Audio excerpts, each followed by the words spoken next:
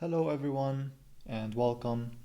In this video, we're going to be discussing parent-led relationship dynamic and why it's important and also how we are going to go about it. Generally, when we look into the mainstream approach when it comes to autism recovery, most of the approaches are focusing on the wrong things. And a lot of them are also not focusing on the important things. So, for example, there's so many emphasis on the physical body is the main problem. Like there's a problem in the brain, a problem in the nervous system, a problem in the gut, etc., etc., etc.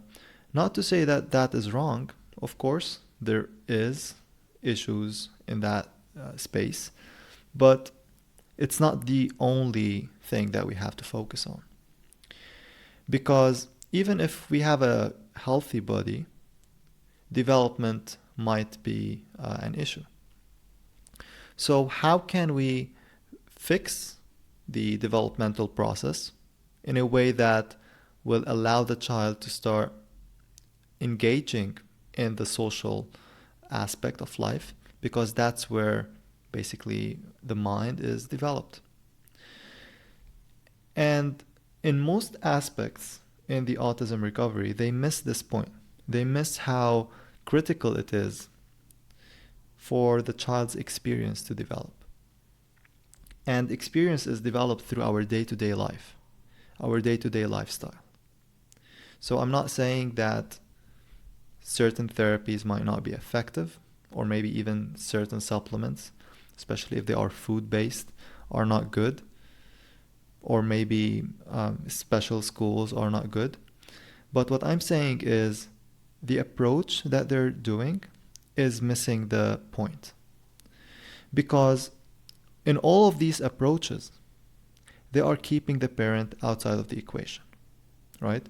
And they are not giving the power to the parent in terms of the autism recovery. So we're going to talk about the significance of parent-led intervention, how it's different, and why it's the optimal thing to do when it comes to improving the child's developmental skills and relationship skills, and how we can start placing the foundations that will allow us to start helping the child gain the knowledge and basically start communicating and networking and gaining independence. Because everything in life has like a certain set of principles to be followed, right? Like for example, before you start writing a essay, you need to start knowing vocabulary. You need to start like trying to use your pen, like writing skills. You start creating good handwriting. So there are certain foundations that we have to establish. And in order for us to start working on the communication and the networking skills, we have to set these foundations in place. And the parent-led relationship dynamic training is going to basically help us in that. So let's begin. We're going to be covering the three major needs. It's basically a recap from the older video, and the importance of being led. And then we're going to be discussing parent-led approach and what it is. We're going to also be discussing skill acquisition and as a process. We're going to be discussing the hierarchy of relationship dynamic and the pillars. We're also going to be discussing the home-based trainings and also the foundations, the step-by-step foundations. Okay?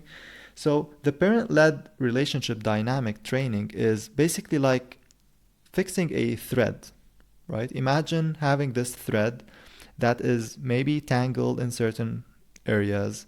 It looks chaotic, right? And we're having this thread and we're basically untangling it, right? We're seeing where are the the knots in that thread, and we're fixing these knots. So this is how we're going to start looking at it, because like the information that I'm going to present here are going to be general.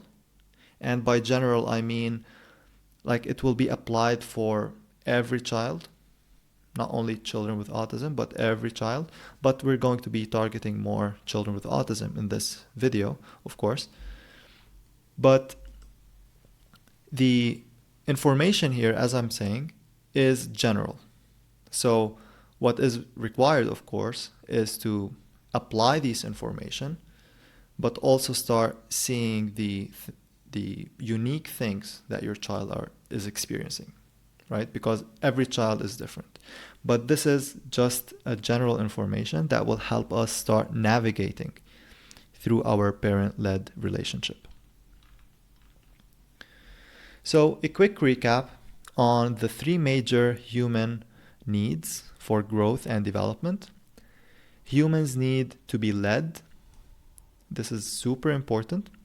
And to be led means to have a superior principle, superior law, superior rule, and that will help us basically to determine right from wrong, right? This is super important. Imagine you're going to the street and you know that there's no rules in that street. How are you going to feel? So if you live in a town that does not have any rules, you're not going to feel safe, right? You're going to be trying to seek control. You're going to try to always seek power, basically because you want to survive. And maybe to a lessened degree for kids, if they don't have rules and direction in terms of right and wrong, they will be in this chaotic world, okay? The second point is to be loved. This is also another important need for growth and development. To be loved in a special and unique way, right? So let's say you have 3 kids. Each of these kids, they want their own unique love. They don't want to be loved same as their siblings. They want their own love. Okay, so love is basically not equal, if that makes sense. Like it is there, but it's not equal in terms of value. So the love that you owe for one child is different than the love that you have for another.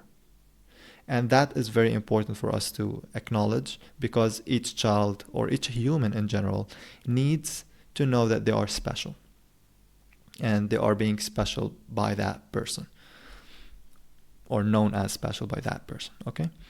Then the third point is to be legitimized. And that is going to help in basically confidence, in self-esteem and self-agency. The more that we basically give the individual the recognition that they play a significant role in the house. They have a significant part to do with this all, right? They have their contribution. They are helpful. They are being recognized, etc. The more that there are roles and tasks that individual is doing, the more that the child will start seeing a self-reflection over the things that he or she is doing. So that basically gives what is needed deep inside the human need in order for growth and development to happen. Because if we don't feel legitimized, if we don't feel that we are bringing value to the table, then that will basically sabotage our growth and development. Okay, so these are the 3 major needs as a recap. The importance of being led, the first one, is what here is the main focus of this video. Okay, the importance of being led. Being led sets the ground for development and growth, where the leader is guiding through the dynamic way of life. At first, rules and laws might limit our freedom to do anything we want, but it is necessary for development and growth. So we might feel that, oh, having rules and having laws are limiting our freedom, but it's actually necessary for our development and growth. Without having a set of rules to follow, the individual will feel lost due to the lack of direction, scarce due to the lack of security and rightfulness. Okay? So children, in their deep need, they want to know that they are following a rule. They love to know that there are rules. And if there's no rules, there will be lack of direction. So they will not basically know what to do. And they also will feel scarce. Okay, and scarcity is basically a major thing in autism, because that's creating the control, the aggression, maybe.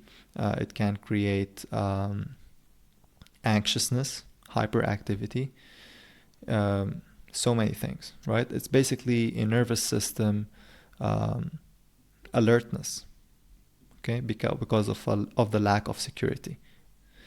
And the individual will also start to begin taking things into control. So the child will start controlling things in their own way, okay? Because that is what human instincts tell us. If we don't see a law or order, if everything is chaotic, if we don't know the right and wrong, then we will jump into control. We will try to be in control. If there are no rules, we create the rules. When children lack rules, they will feel scarce, insecure. Even if they might resist the rules at first, we should know that resistance to follow orders is temporary. Their need is much deeper than what they express. So their inner need wants to be led.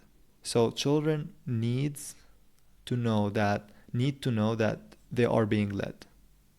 Okay? So at first they might create this resistance that no, I want to do whatever I want. Okay? Especially if they feel scarce and insecure. They want to do that. Okay? But in their inner deep need, they want to be led. They want to know that there are rules to follow. They want to know that there is right and wrong, because that will basically help them in the future. And even at a young age, it's going to help them feel safe. So when kids are being led by rules, house rules or parent rules, they will let go of their desire to lead or to be in control. And that reduces their stress levels in a huge way. Okay? So this is the importance of being led for children. So children, in their inner need, they want to know that they are being led.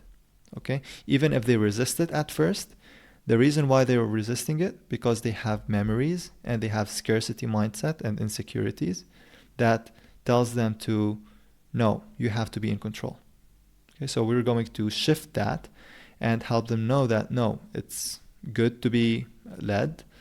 We're telling you what's right and what's wrong. And when you're doing something right, we're highlighting that. And you're basically living much easier like that. Okay? So children will love it. So they will seek to be led. That's why the parent needs to be strong. And if we basically bend to their emotions, we're not going to be leading them. Let's say if a child started crying and then the parent lost it all, right? Maybe the parent might scream, or maybe the parent might cry even with the child, right? So both of these ways, it shows the child that there's no leadership, right? If the parent felt as if like they did something wrong because the child cried, then the child saw that. Oh, there's no, like, I'm being left out, right? So to be leading them, they must know that you're always right, basically. Okay? They must know that you are right and you're doing logical decisions. When they are doing something good, you're highlighting that. When they're doing something wrong, you're holding them accountable. Okay? Even if they cry, because that's what they want. They want to know the directions. And the more that we repeat these directions, the more that they will remember them. So we will talk more about that. So why is parent-led the key in autism recovery? Parent-child relationship is the primary relationship that builds our understanding of social structure. You see, children or infants are growing and they start experiencing the world around them as they grow, right? They will start touching things, they will start making sounds with their mouth, they will start turning, maybe crawling, and looking, giving eye contact, reacting to peekaboo, for example, right? They will start slowly to engage with the outside world, okay? But the main difference here in kids with autism, let me just zoom this in a little bit. Okay, so the main difference here in typical child development and autism is that the child does not engage with the outside world. Okay, and one of the main engagements here between 1 year and 12 months is the engagement that is between the child and the parent. Okay, it's a significant part here. So every child is born with both a static way of thinking, which means like, oh, I need survival, I need my food, I want my sleep, right? I want my safety, etc., etc. And also they have the dynamic processing, which is, okay, looking around, seeing people, maybe interacting a little bit. But after 6 months, we start noticing that in some kids, the dynamic processing, which is like starting to be more curious of the world around them, will start to increase. But in other kids, it will start to decrease. Okay? And those are the kids who have autism. And also, we notice that the scarcity, the red line, which is the static processing, will start to decrease in typical development. But in kids with autism, it will start increasing. So the child basically will feel more and more scarce. And that's why it's important to always focus on these.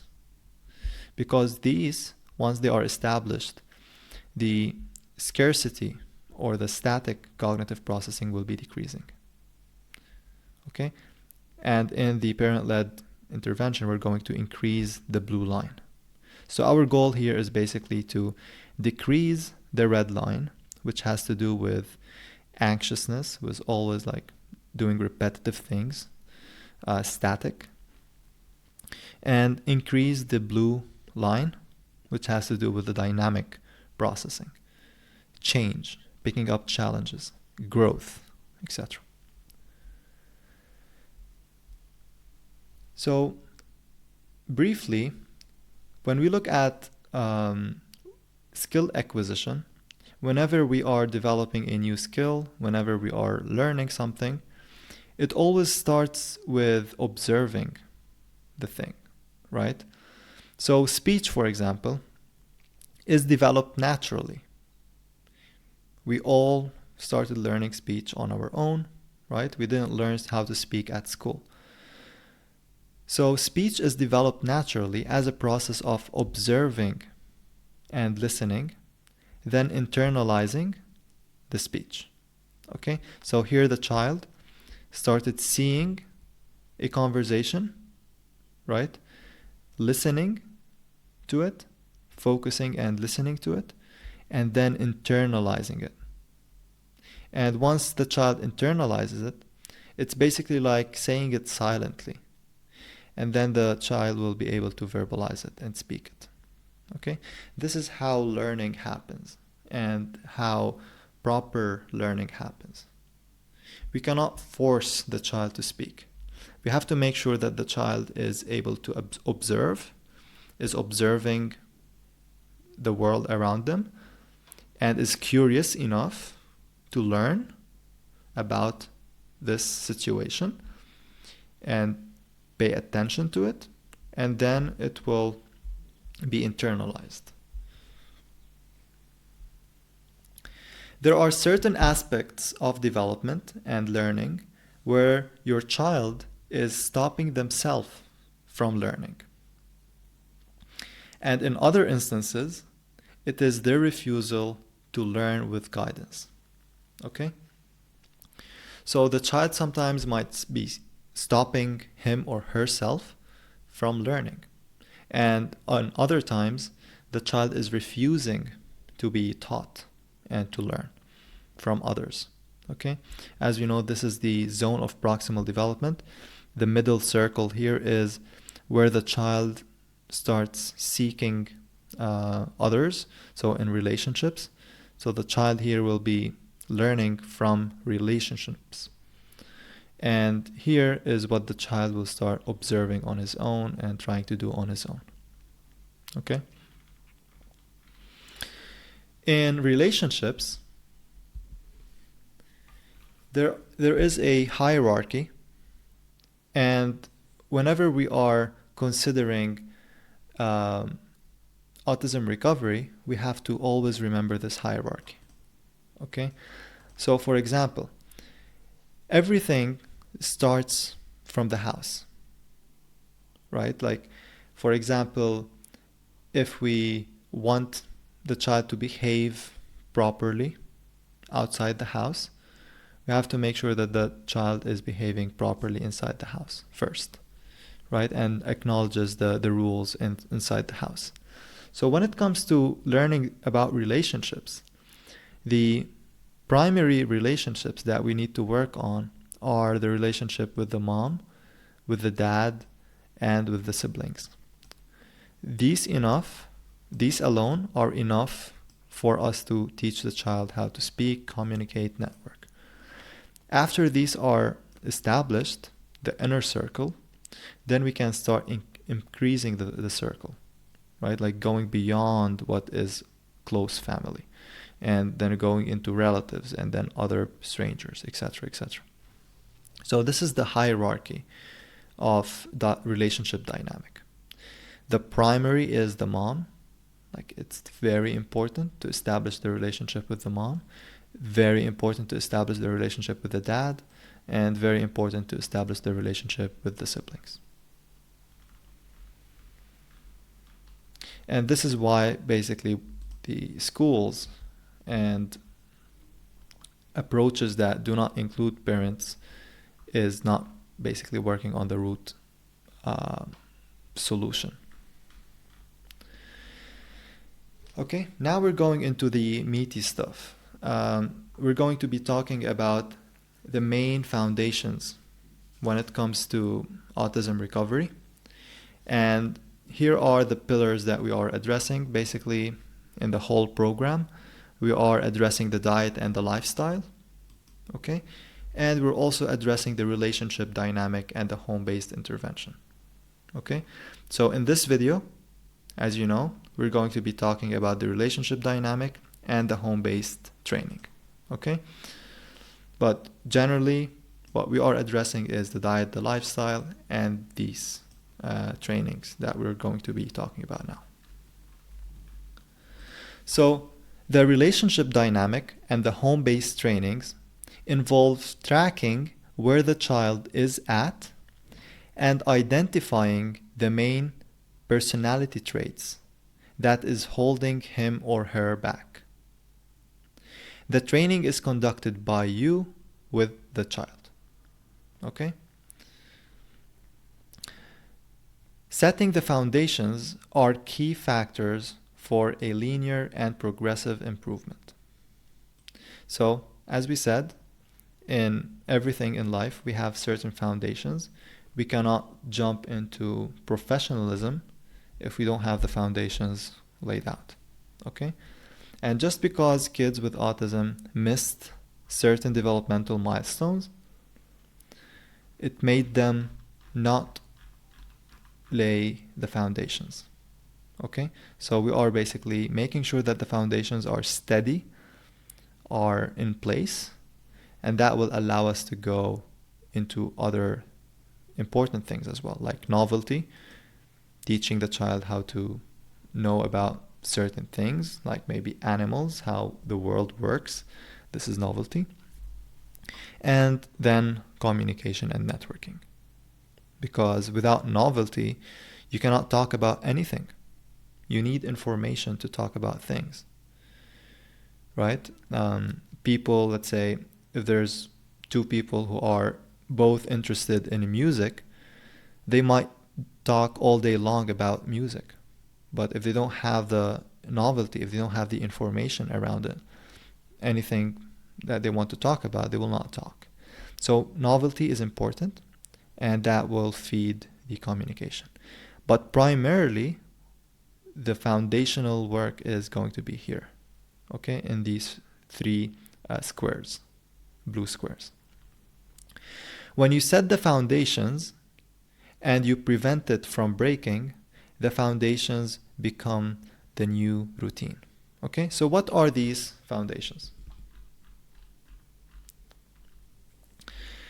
The foundation one would be the responsiveness. So how the child is responsive. So for example, if the child is replying fast, is adhering to our commands or our words, right? Imagine, for example, you're trying to network with a friend and that friend is ignoring you, right? So that's why it's foundational to improve the response rate. So we want them to respond quickly and be responsive. We want them also to be adhering to leadership, right? This is one of the main needs that we want them to have. Because if they're not being led, they will not know about the rules. They will not follow any rules. They will always control, and basically they will not learn right from wrong. They want to basically direct their own life, and the way that they will direct their life is not, of course, in alignment with development. Because if we let kids with autism direct their own life, they will choose not to develop.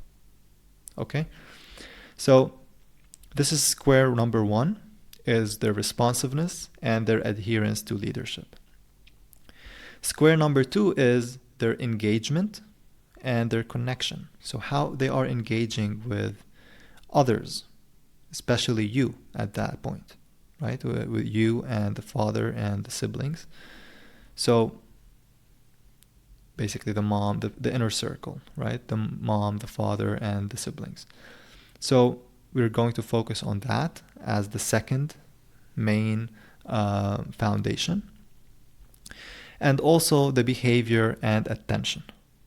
Okay? These are the three main foundations when it comes to helping the child start to communicate and network.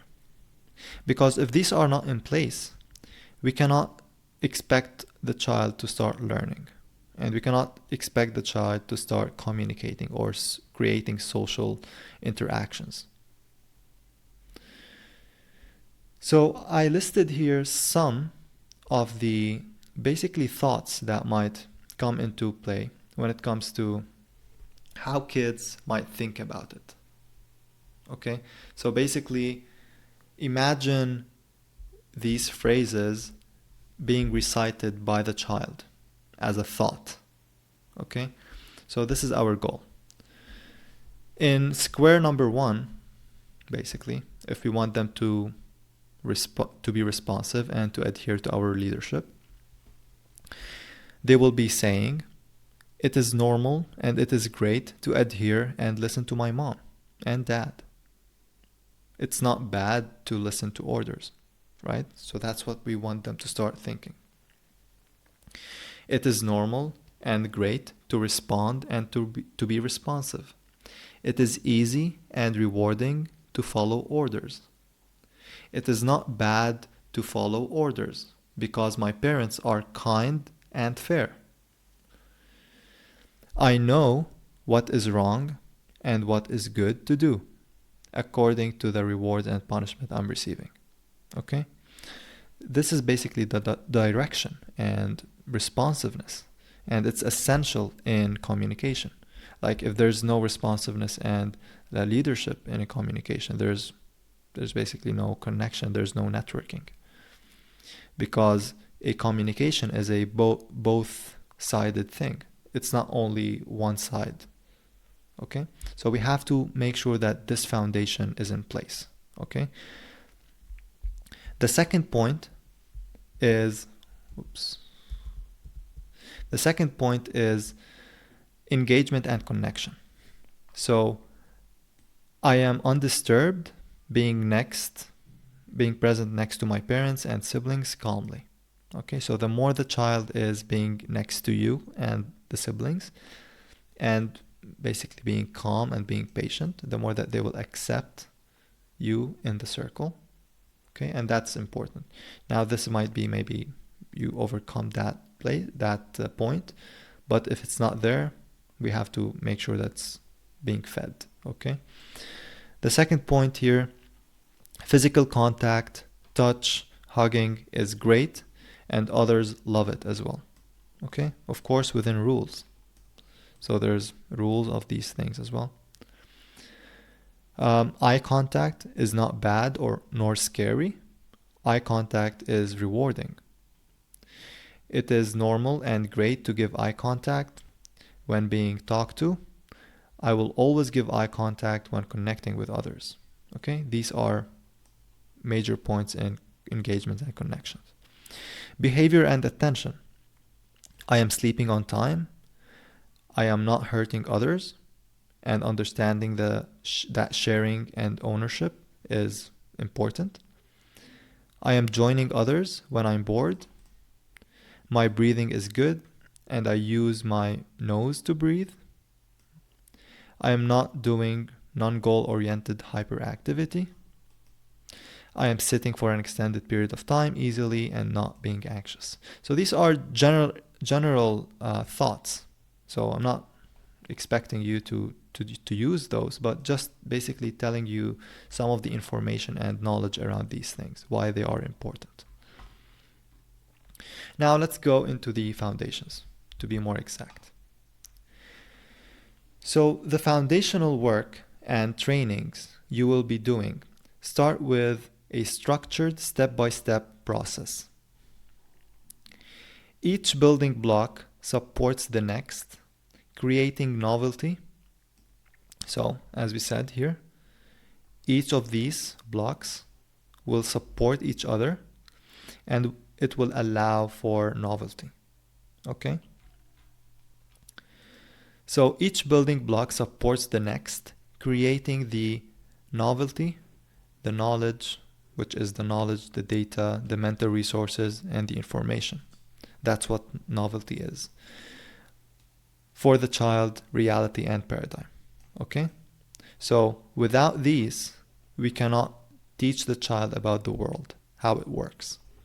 And these are very important for the child to start understanding the world and learning about the world. So basically foundation 1 plus foundation 2 plus foundation 3 equals communication. Okay? So that's how we are going to start looking at communication. We're not going to start seeing it as only communication and words. We are basically breaking it down, right? In order to reach that point of communication, we need novelty. We need information about something, and we need to know how to do it. And of course, we need the foundations, right? So we start with the foundations, then we increase the novelty, and that will allow for communication. So basically here in society, in mainstream approach, they're saying speech therapy. Okay, but we're doing here foundation 1, foundation 2, foundation 3, which is communication. Okay, we're going to be talking about each of these foundations. It is important that you break down your goal of helping your child communicate with you into these 3 main levels. Okay, so in the first level, you will be basically working on the parent-child relationship version 1.0, then parent-child relationship version 2.0, then parent-child relationship version 3.0. Okay, so we're basically going to be upgrading our relationship in each time. And these 3 foundations are going to be expanding the novelty. Okay, and when we expand the novelty, we are basically telling the child how to learn about life, the relationship dynamics, the flow of life, how life moves and changes, and that will also help us in the social communication and networking. So let's talk more about the foundations. So I prepared here the documents.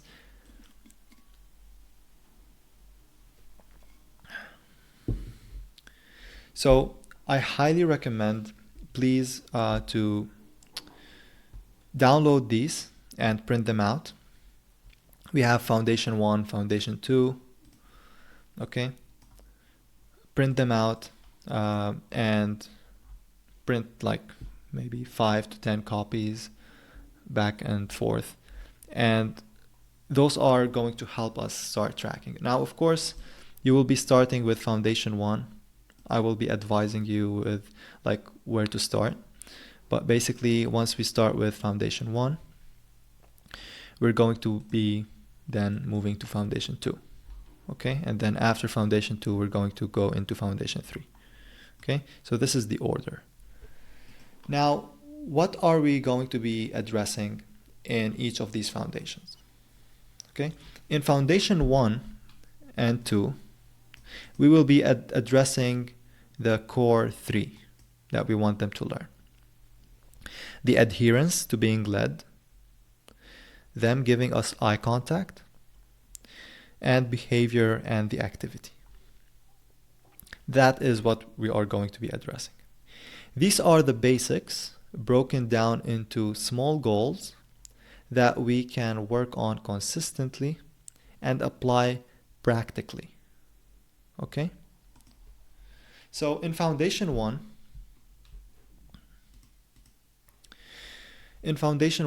we're going to teach the child the skills of communication. Okay? Starting by the eye contact, we're going to be tracking. So in this sheet, we have 7 days. Okay? You will be writing here the day of the week and tracking. And it's very important that you print this out and you basically track every day, because we need information, we need feedback, because we need to know where the child is at so we can help them, as I said in the beginning of the presentation. Okay, so once you print this out, start tracking, and we will be starting to track the eye contact, the adherence to being led, and the behavior and the activity. So in the first column, we're going to be tracking the eye contact during engagement. So when the child is engaging with us, is the child giving eye contact? Just simple yes or no. How much is the focus, eye focus, that the child has? Is the child being anxious, or is the child giving deep eye contact? So let's give it a rating in according to the typical eye contact that's happening in kids. Then we have adherence to being led, and that is the number of step 1 command, one-step command. One-step command is basically bring me the phone, bring me the purse. So you're basically giving them only one order, right? Open the cupboard, right? So we're just giving one step command. And the goal here is to track the command, to see how many commands we have given throughout the day. So every time we're giving a command, we basically mark it. Okay? And by the end of the day, we just write here a number. Maybe it could be 40, or maybe it could be 60, or maybe it would be 100, etc., etc. Okay? But the way that we process a command is not basically just giving random commands all over the place. First of all, we want to make sure that the child is ready to do the command, right? Or to execute on the command. So if the child is basically free and we see that is ready to do it, we just give him the command. We want it to be very easy. So it's not basically all about the command. This is about responsiveness. If you remember here, we said one of the main squares here is responsiveness. Okay? And our goal here is to collect responsiveness as much as we can. And to collect responsiveness is the opposite of ignorance or ignoring, right? So for example, if the child ignored you, here we have to basically approach the child very calmly, go to their eye level, and make sure that they connect.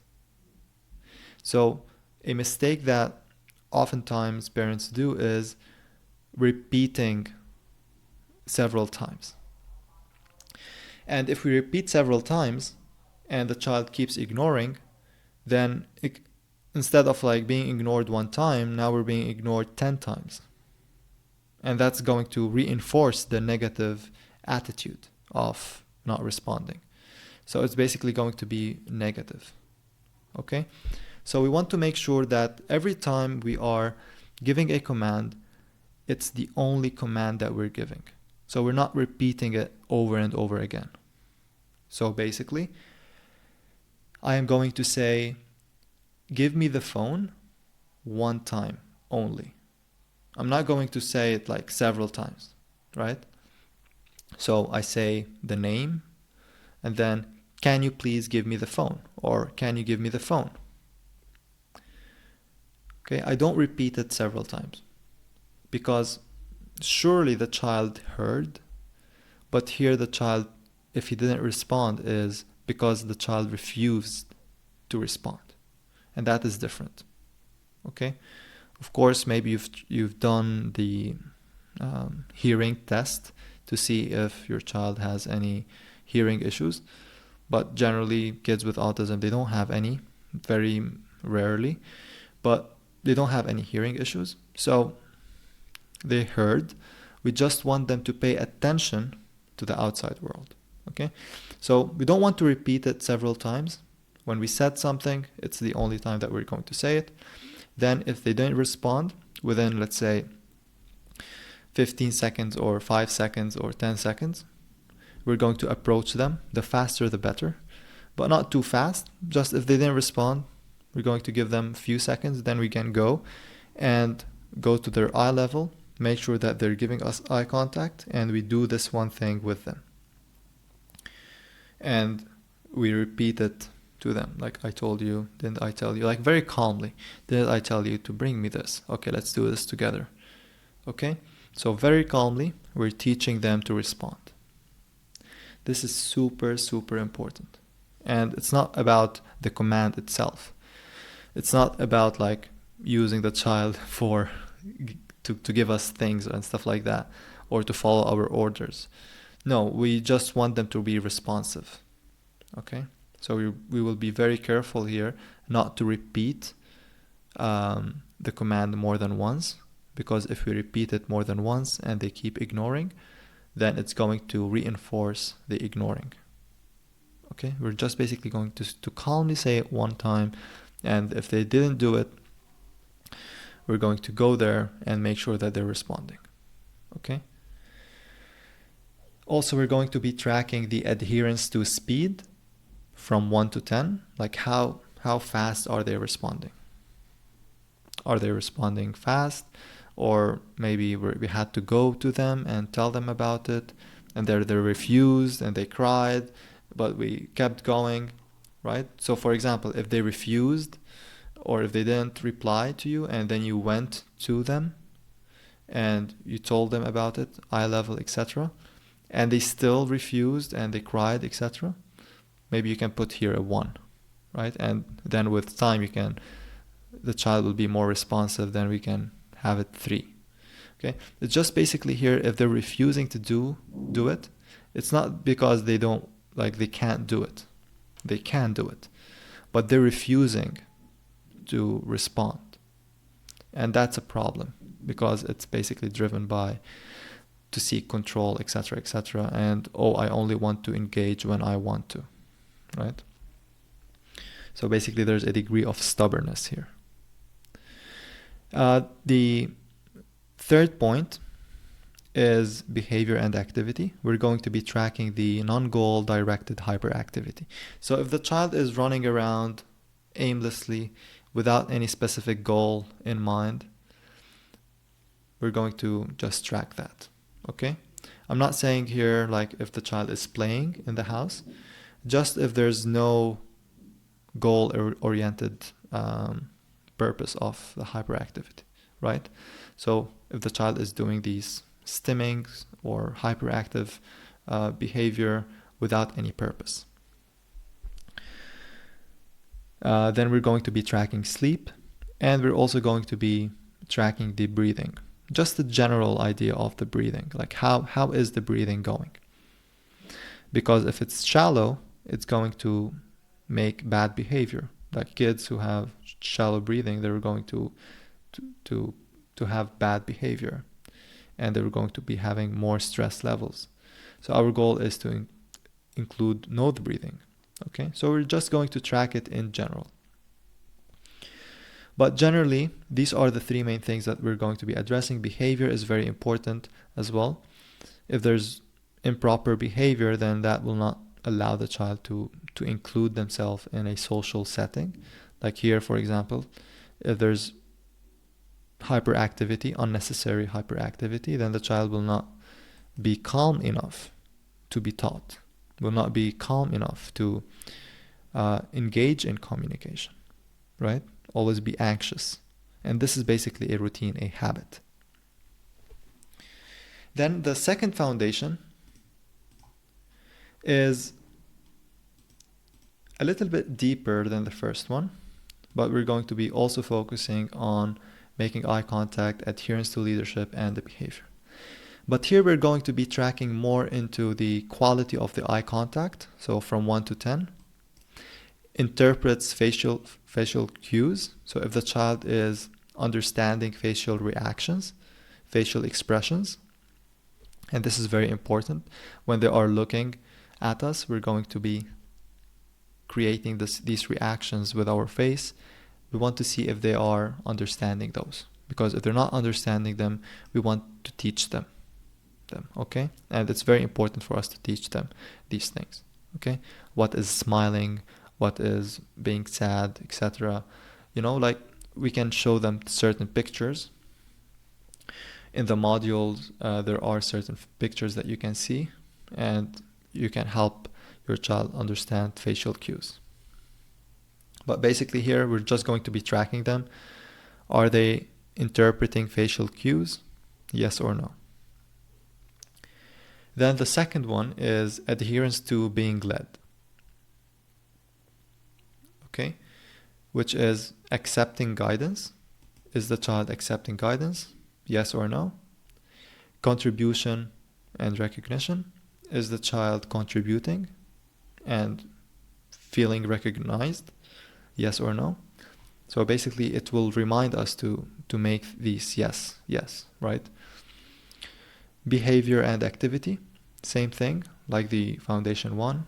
Is there any non-goal oriented hyperactivity? Is there any tantrums? Yes or no?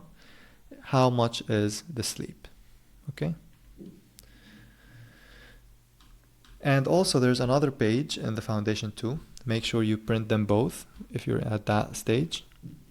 Foundation 2 expresses the engagement standards. So now we're taking it a step further into the standards of engagement. So what are the number of the step 1 commands? Like, how many did we have? Did we have the same as last time, or are we increasing it slowly and slowly and slowly? Right? What is the maximum sitting period? Maybe the child here started sitting 5 minutes, and then it expanded to 10 minutes, then 30 minutes, then 40 minutes, etc., etc. Okay? So we'll be tracking the sitting period.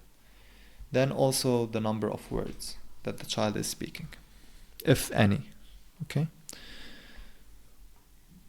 Then foundation 3, we will be discussing things a little bit further. So we're going to keep the engagement standards, but we're going to also enter the zone of proximal development. Okay? Because at that point here, once we start reaching foundation 3, we're basically locking these foundations in. We're making sure that these are established forever. There's no regression after this. Like, there's no way that the child will lose these things any longer. Okay?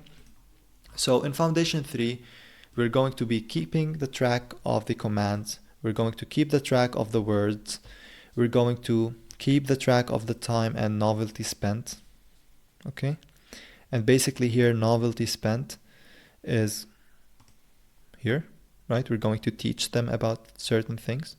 Let's say we're teaching them about emotions. We're teaching them about animals. We're teaching them about babies, children, games, whatever, right?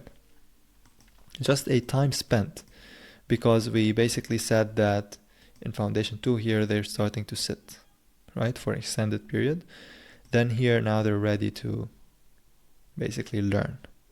And here, for example, in foundation 2, when they are sitting, we can't teach them anything, right? Even through the iPad, for example, etc.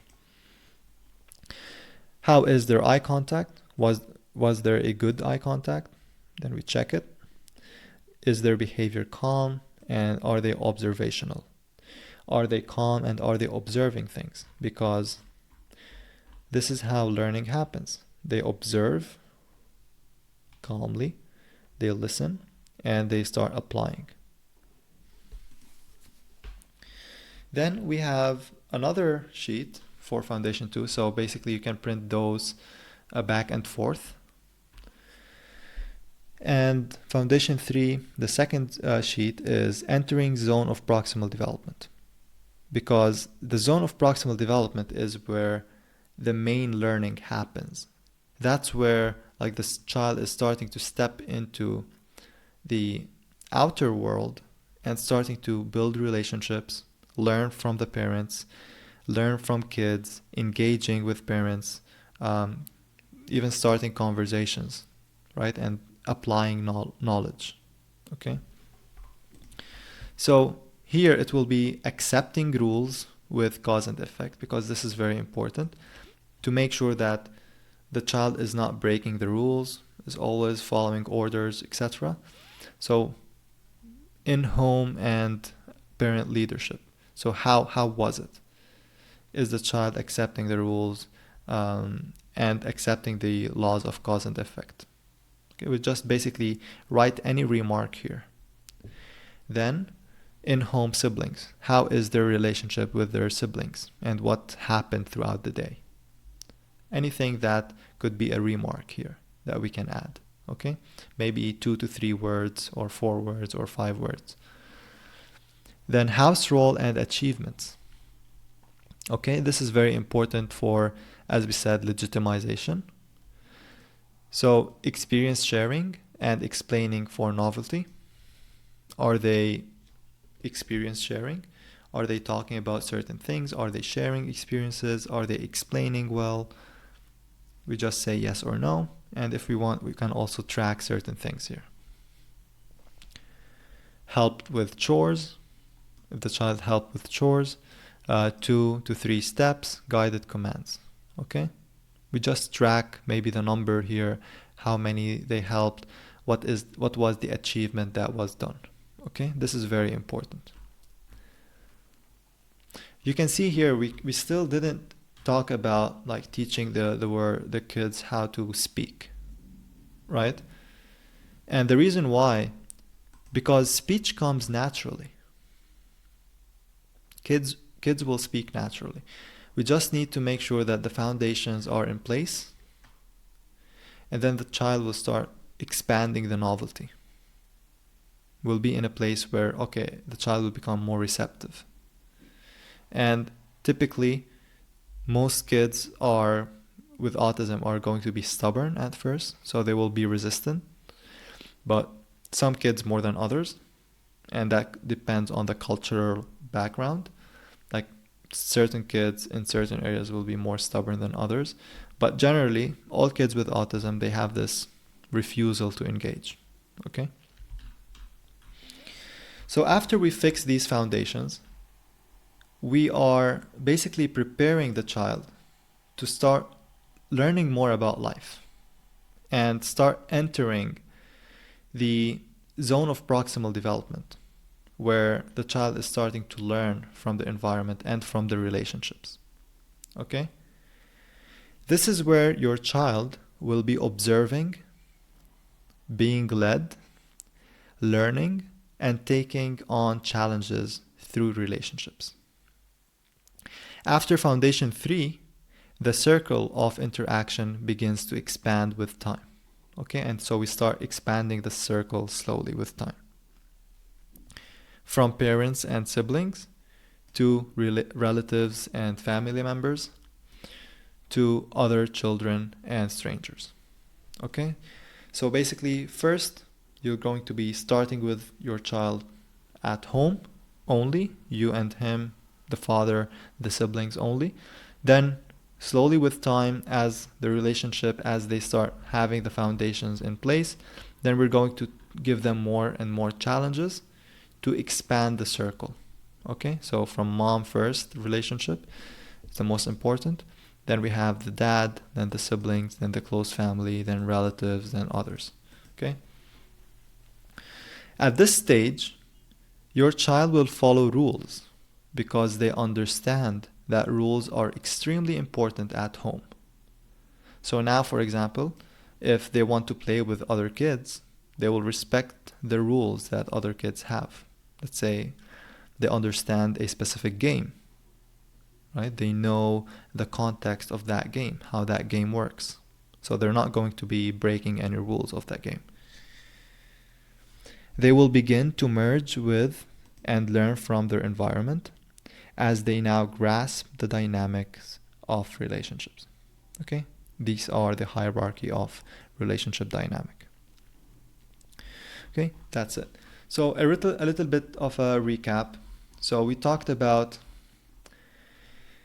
the three major needs that every human has. We talked about parent-led approach. We talked about skill acquisition and processes, and how hierarchy in relationship is important. We talked about the three pillars and the two pillars, and we talked about the home-based training, and we talked about the foundations.